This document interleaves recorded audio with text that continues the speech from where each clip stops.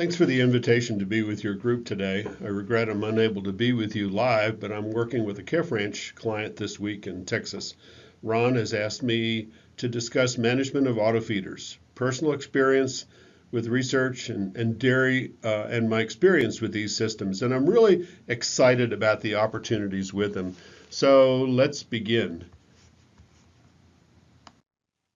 What's your current success with raising calves? And I'm not going to get into this, but I think it's pretty serious that you consider this before going the auto feeder route. And how do you define your success? What are some objective, easily measured things that really tell you about how you're doing? Before moving into a consideration or talk about auto feeders, I think it's very worthy to talk about the manufacturers. There's Forster Technic, which either sells on their own or through De La Valle, Lely, or Gia. The Home and Lao systems and Urban, and these are three of the primary ones that I tend to see in the field.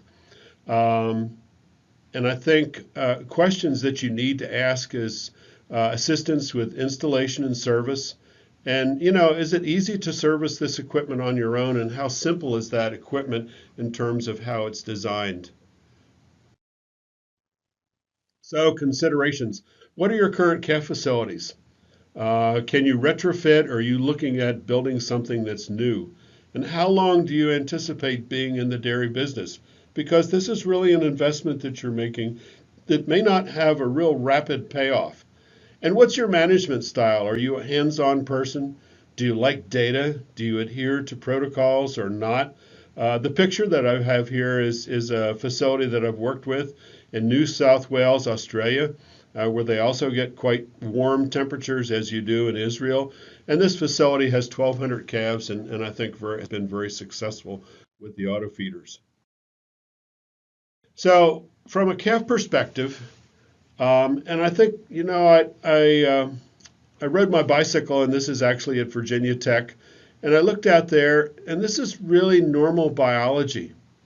More milk, more frequent meals, a lot more biologically normal transition, and I think really a lot more desirable welfare for the calf. Now, I'll readily admit that this is not possible on most dairy management systems, and particularly those in Israel. But consider, what of those things can we replicate in a modern dairy management system? So, better calf nutrition. The auto feeders lets us feed more milk in smaller meals, which is a lot more biologically normal manner. We have improved weaning. If we look at how we wean calves traditionally in calves that are housed individually, we go to once a day feeding.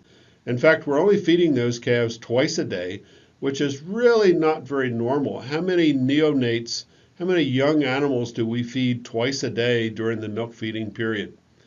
And then I think research shows us that we really have some benefits in group housing, or I would say in paired housing of calves, where they actually learn from their peers.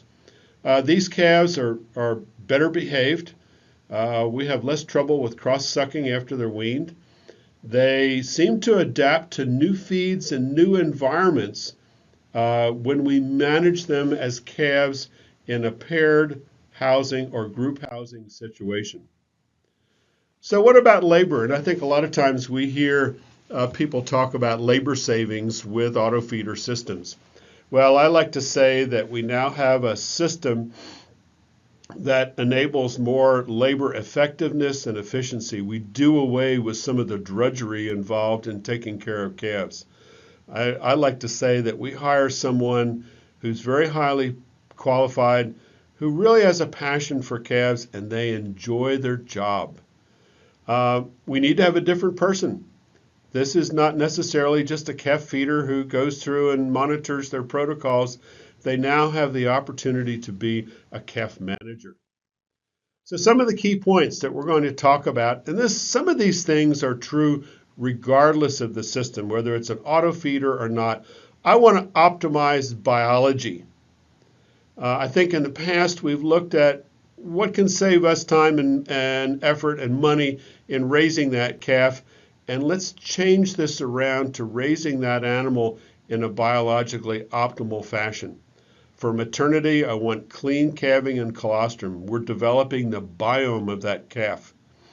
I want colostrum, and that colostrum management, we've heard a lot about that. We'll talk a little bit about some of the new things, and I think some potential advantages to transition milk and feeding the dam's colostrum to the calf. So when we look at the biome, this calf is born, maybe not quite, but pretty much sterile at birth.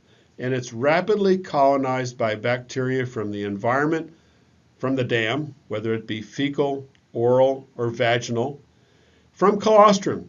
And what's the bacteria count of that colostrum that we're feeding this calf? And a minor extent, just from the hands of that feeder. And this, we found out, has a real big impact on the initial success of that calf. So my goals for clean environment and colostrum, quite often we will heat treat colostrum. Now I say heat treating because it's 60 degrees C for 60 minutes. It's a little bit less than pasteurization. What this can do is to lower the bacteria count. And you'll hear some goals of less than 50,000. Quite frankly, I'd like to see less than 20,000 colony forming units and coliforms at less than 100. I have clients that are achieving less than 2,500 CFUs. So we've got some clean colostrum. Then we need to handle it with a real key into minimizing bacterial contamination. So I look at sanitation of all the surfaces that colostrum will touch.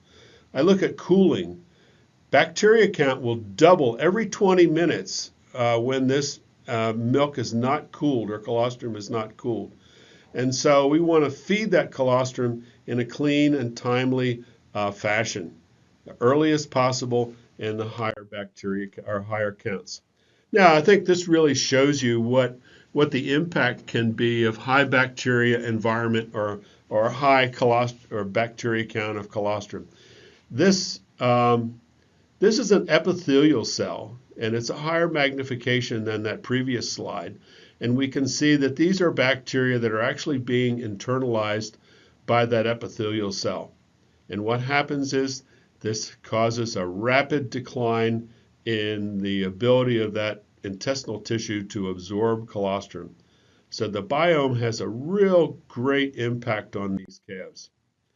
So colostrum management success, kind of the quick and dirty of this: collect into a clean device, cool it or feed it within 30 minutes. Do we heat treat it? And generally speaking, I'm going to heat treat it if there's risk of some infectious diseases, such as Johne's disease, maybe some other things that may be a problem on the farm that could be transmitted to the calf.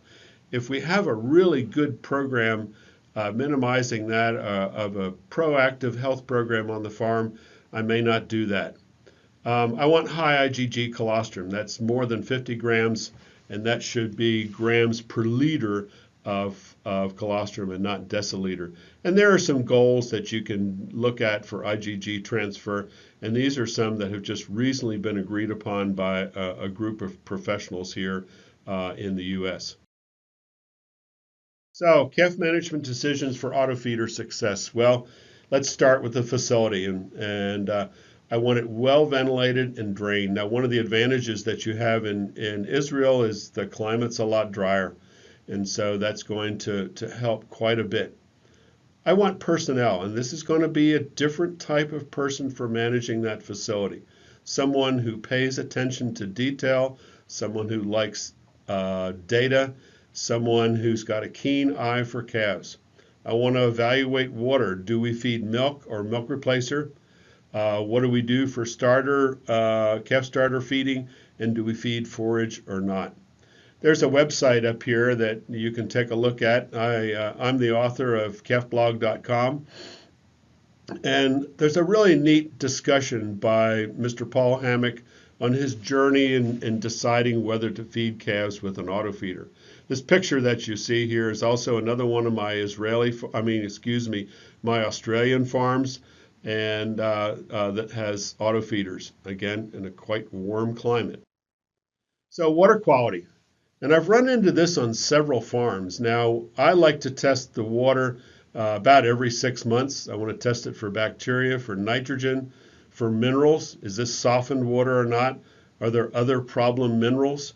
It's a small but important thing to do in terms of calf management. And if there are some problems there, then we need to consider a system for treating our water or finding another source of water. So the next decision that we have with calves is we're probably going to feed those calves individually when they're first born. And then the ultimate goal is I want to put them into that group pen when they have a strong appetite. The better that I do on a calf management program, on maternity, on newborn care, the more successful we're going to be in moving those calves into a group system. I like to set a goal of less than 5 days of age. And, you know, we make that investment in the autofeeder facility to really save some labor and to avoid some of that, the necessity of feeding calves for exceptional long periods of time individually. So if we look at more than 7 days, well, I think there is an opportunity to observe calves. We tend to see a higher incidence of diarrhea in the first 10 days. Well, my question is why? And we should find out why we have that problem with that diarrhea rather than blaming it on the autofeeder. The other problem that we have in waiting too long, other than more labor in feeding calves individually, is that this calf learns that milk comes 2 or 3 times a day. And it takes them a longer period of time for them to understand that they can get milk anytime that they want to.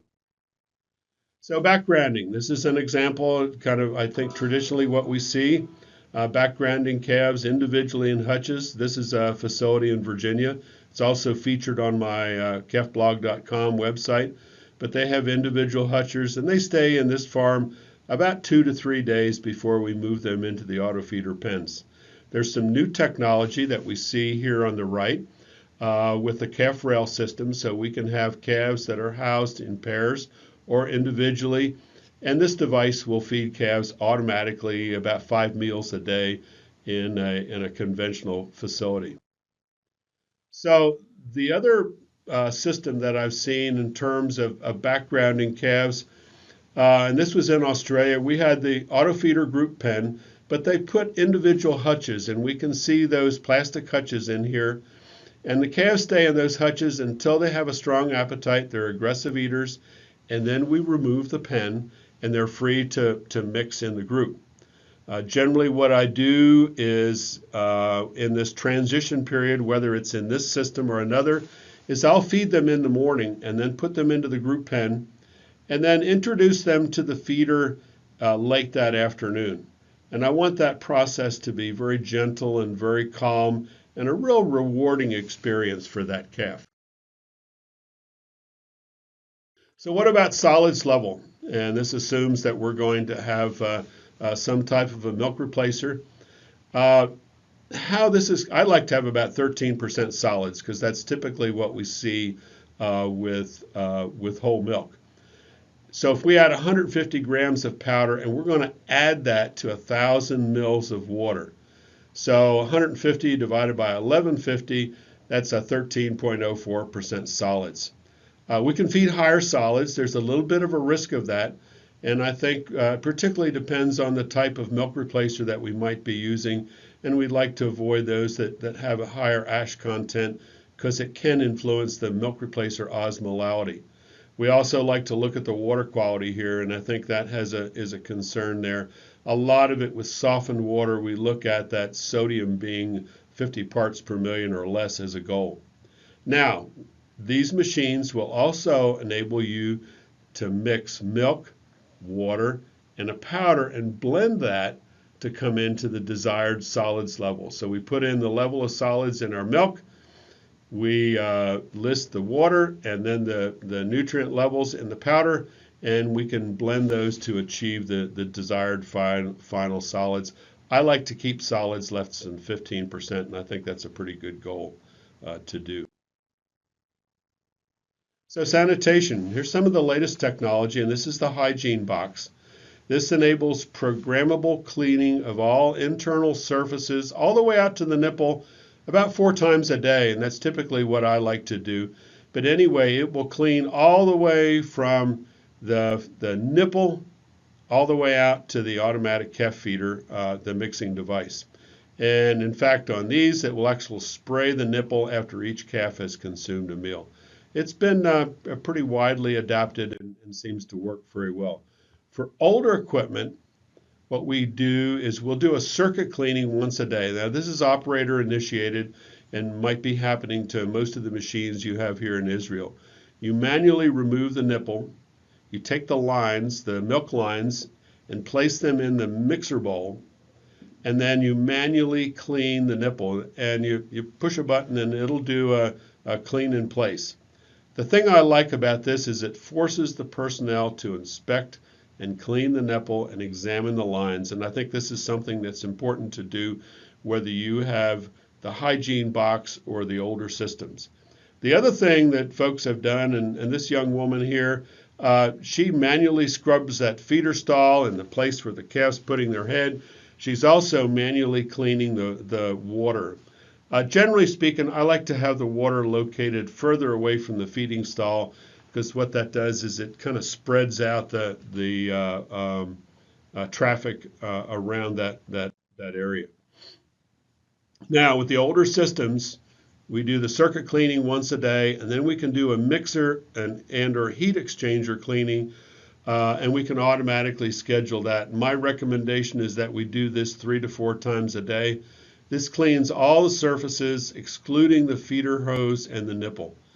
So how effective do farms really clean these feedings? And we've done a study here. We had 6 dairies in Virginia and 4 dairies in Minnesota. It's about what one would expect. We had some farms where we actually measured the bacteria count in the milk that's being delivered, and some were exceedingly good. We'd like to see that less than 100,000, and some were not very good. Those in Minnesota were really quite good, and we had very low coliform counts. So it's a matter of the technologies there, but we have to make sure that we keep that machine clean. This is another graph that just shows the percent anaerobic plate count reduction by the circuit clean. We can look at just raw percentage reductions as well as the percent log reduction. So they really can be, and this is just on one farm from July the 11th until August the 10th. But the system can really work quite well. Now, what do we feed? We feed milk or milk replacer. Well, milk on a powder basis is about 30% fat and 26% protein. Very digestible nutrients. The key challenge we have, and I want to emphasize this, is preserving the quality from the cow's teat to the calf's mouth. And that tends to be very problematic on farms. It really requires a much higher level of sanitation because we're starting with a higher bacteria count. And what about additives? Well, particularly if we are heat treating the milk, we like to add some trace minerals and vitamins. We like to add some pre and maybe probiotics for control of some things. And quite frankly, this is a cost. It's not a cash cost. So a lot of people tend to overlook the cost of feeding milk to those calves. For feeding milk replacer, and I'll be very honest, this is something that I tend to recommend because you buy quality, you buy a milk replacer that's made with human edible grade ingredients. I'd like to see the protein levels from 24 to 28%. I tend not to like to use non-milk protein sources. We see a lot of wheat gluten that's used in Europe, and we see some soy products that are used in milk replacers. This is a personal preference. I like to stick to all milk ingredients. Fat levels from 16 to 25% fat. I think 25% fat, particularly if we're dealing with smaller breeds such as the Jersey.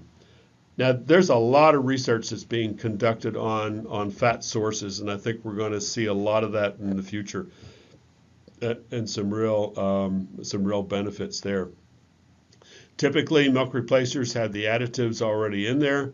The big thing there is looking at the quality of the milk, and there's where I do recommend that being tested twice a year.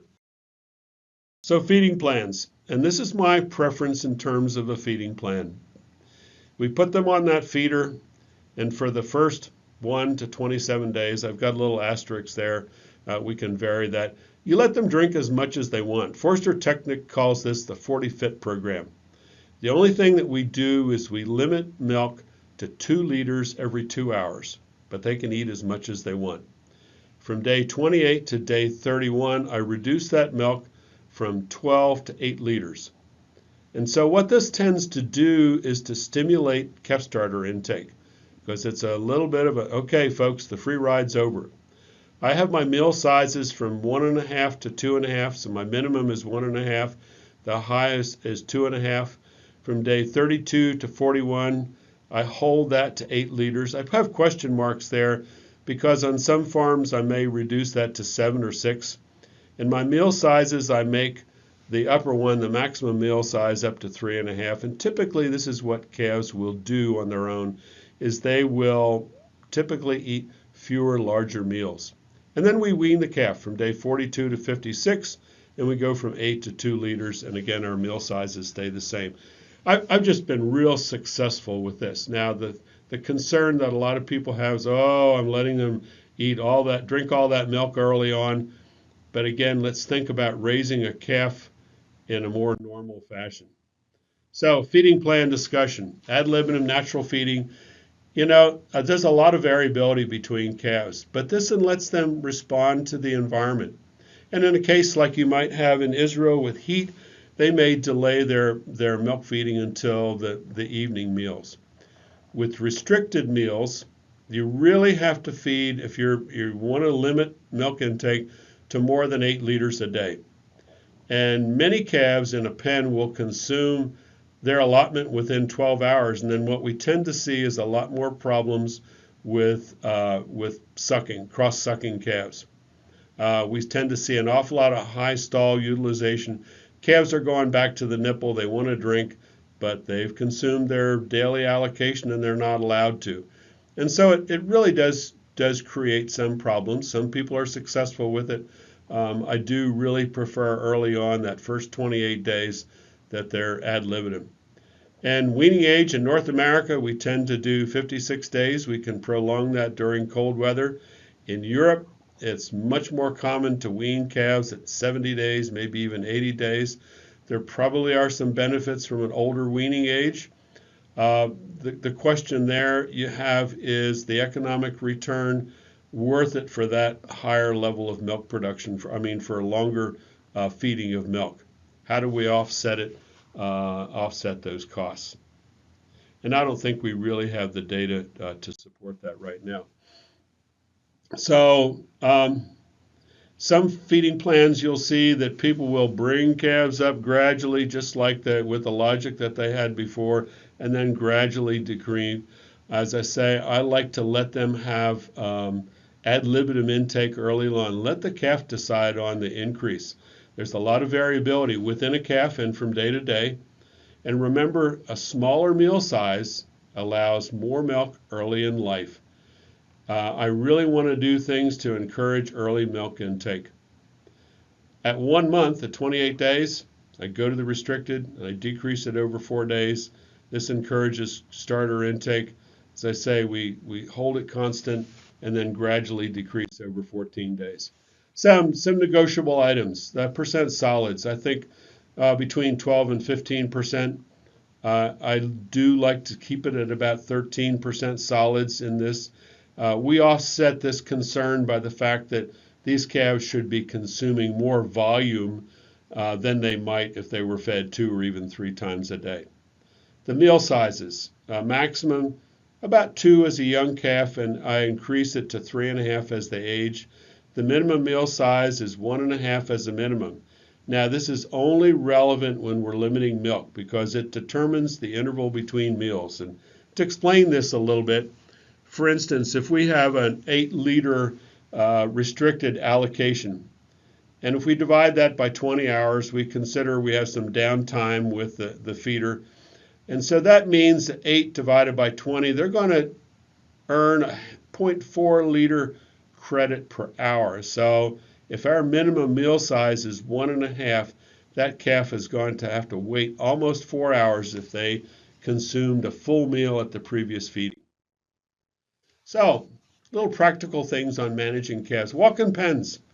You know, the first thing in the morning I like to do is to walk the pens. I want to look at the calves, observe their behavior, their respiration, how they're breathing, what's their body position, where are the calves lying within the pen.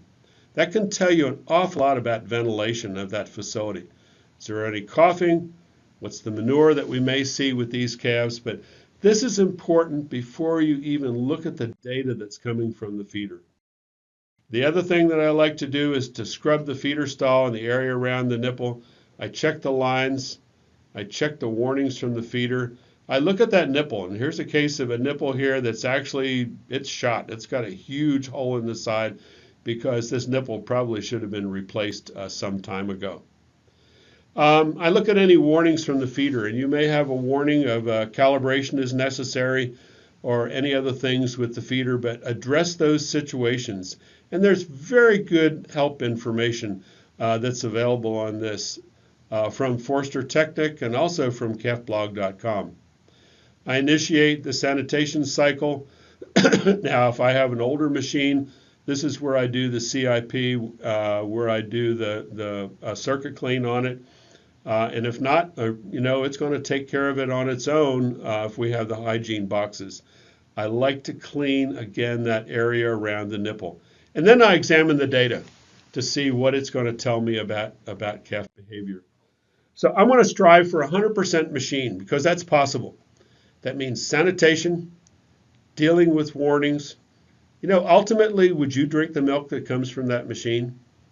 And if you wouldn't, you expect a baby to consume that? So, using the data from the feeder to better manage calf health. Well, there's several key feeding behaviors. One is daily consumption. The other one is drinking speed. And they're looking at the percentage of the previous 3 days. So now, I want to emphasize this data does not replace the need to visually observe calves. The interpretation depends if you're on a 40 fit or what I would call a biologically normal feeding program or a restricted one. And so there's different interpretations. There's a nice little link right down here on the bottom and where you can actually look at a discussion on the calf blog about using the data from Bethany Datos, and really a great reference right there. This is the example of some of the information that comes from Forster Technic. And I will say this, you're going to find similar things from Holman Lau and also Urban. But we have yesterday, when this calf ate, how much they ate at each meal, and here was my target consumption. Now, here's the feeding behavior for today, and we can see that calf ate just a little bit after midnight and then sometime around just a little bit before 7. Their entitlement was really only 2.5 liters and there. And we can see down here here's how much they ate. So we put them on there. They drank 4 liters, 6 liters. We're up to 8 liters. This shaded area here is really, this refers to an alarm, and we're going to show an alarm in this case on calves that consume less than 8 liters a day. We come down to here and we can see where our cutback is on allocation. We hold them, and so this essentially is allocation after we're restricted right here. So if we look at this calf actually got up as high as 16 liters a day on one of its intake. Then it dropped down. The other piece of information that we have is drinking speed. And I think this is one we tend to put a lot of confidence in. I know when I have done consulting with calves, I'll say after the calf team has come in and fed individual calves individually, what calves were slow drinkers today? And I think that's a really important measure. And we can see on this calf, it had 2 days in there where the milk intake dropped down. And so how do we utilize this information? So with limit-fed calves, data is more useful for early warning of diarrhea, and we tend to see a drop-off in intakes and drinking speed about 3 days prior to the onset. With respiratory disease, that intake and the drinking speed only occur on the day of the physical symptoms. And remember a little bit of the difference in biology here. If we limit feed, and particularly if we're limit feeding 8 liters a day, that calf can still be rather not feeling real well, but still drink all of its allocation. And so there's more of a limitation in the value of that data. For biologically normal feeding plans, or the 40 fit, the milk intake, the rewarded visits decrease on the day of diagnosis for diarrhea. So you need to really jump on it. So it's a different interpretation. Now, milk intake, and we can also measure grain intake. We're not going to deal with that today. It tends to be lower about 5 days before respiratory disease. And I think what we're doing is looking at the amount of that change that we're seeing. So how do we use this? Well, it depends on the amount. Milk intake, drinking speed are really the best behaviors. Restricted, early warning for diarrhea. Ad libitum, it's a little bit better indication for respiratory disease. It's a great tool to complement our visual observation of calves, and I can't emphasize this enough. So really, what's in the future? Well, I think the development of a dashboard is coming to complement the structured information from the calf app or the calf cloud. I show you there's my cell phone there. I have real-time access to really any feeder that's located anywhere in the world. I can access that if I have permission from the client. And so the availability of that is really good. With some of the premium features of this, I can monitor multiple feeders and really focus on the feeder that requires more attention. Ultimately, I think what we're working on with several large farms is machine learning, where we're looking at multiple measures together to predict disease, to predict when a calf's ready to be weaned, to measure the response of those calves to treatment. And so I can see this coming probably within the next 3 to 4 years, quite frankly, and then provide a list of calves suspected of disease. We do get the alarm list now, but do realize that we need to consider that very, very carefully and have a lot of personal attention to that. So I think it's really potentially a win-win for calf and farm management, for group housing and for auto feeders. The ability to feed more milk to younger calves in a more biologically normal manner.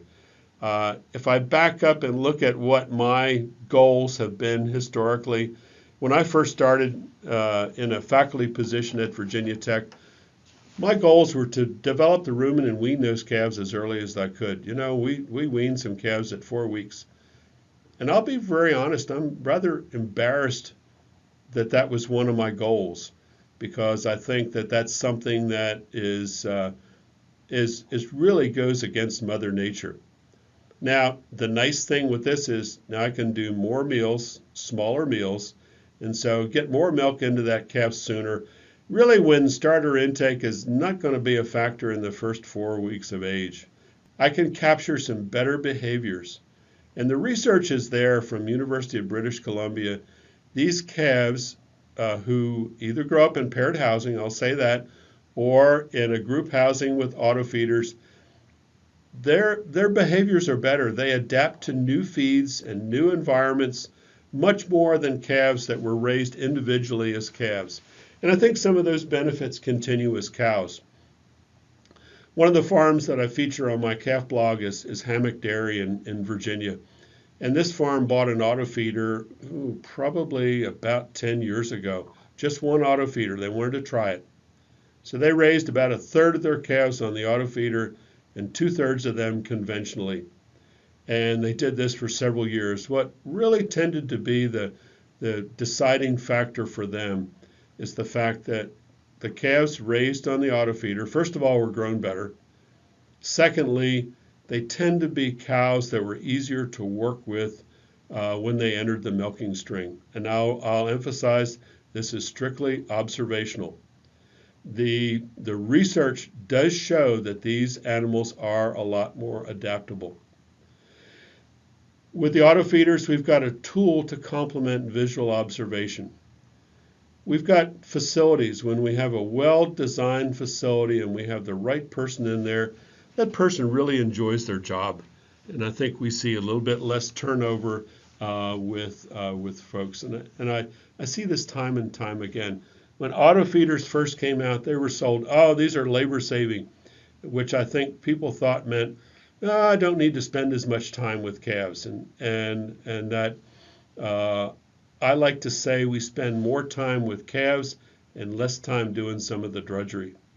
Typically a schedule, for instance, on my farm on the blog, the Hammock Dairy, someone will come in and they're feeding about 200 calves at a time, 250. And they'll spend about an hour and a half in the morning dealing with the calves. They may come back about noontime, possibly to treat some calves that need to be treated. And then in the evening, take a pass through the barn, top off the milk replacer thing for the feeder, and it's I think a lot more efficient use of time. So the other one, and I'll say this too, and that's consumer acceptance of dairy practices. The research conducted by University of British Columbia says that consumers identify with welfare the most with how we raise our calves. The farms that I've worked with in Australia, it's very interesting. They're vertically integrated. One of them is just outside of Sydney. And so they're very visible to their general public, to their buyers. They have a milk processing plant. They're very visible. They're very open. And I think one of the reasons that they did this was the fact that we could have a lot more desirable environment for those calves. And that's going to be important. The auto feeder is an investment. It's an investment, I think, that can enable us to feed calves more biologically normal, to provide more efficient and effective environment for our workers, and something that is a lot more acceptable for consumers. And so I really thank you for allowing me to visit with you today. I'm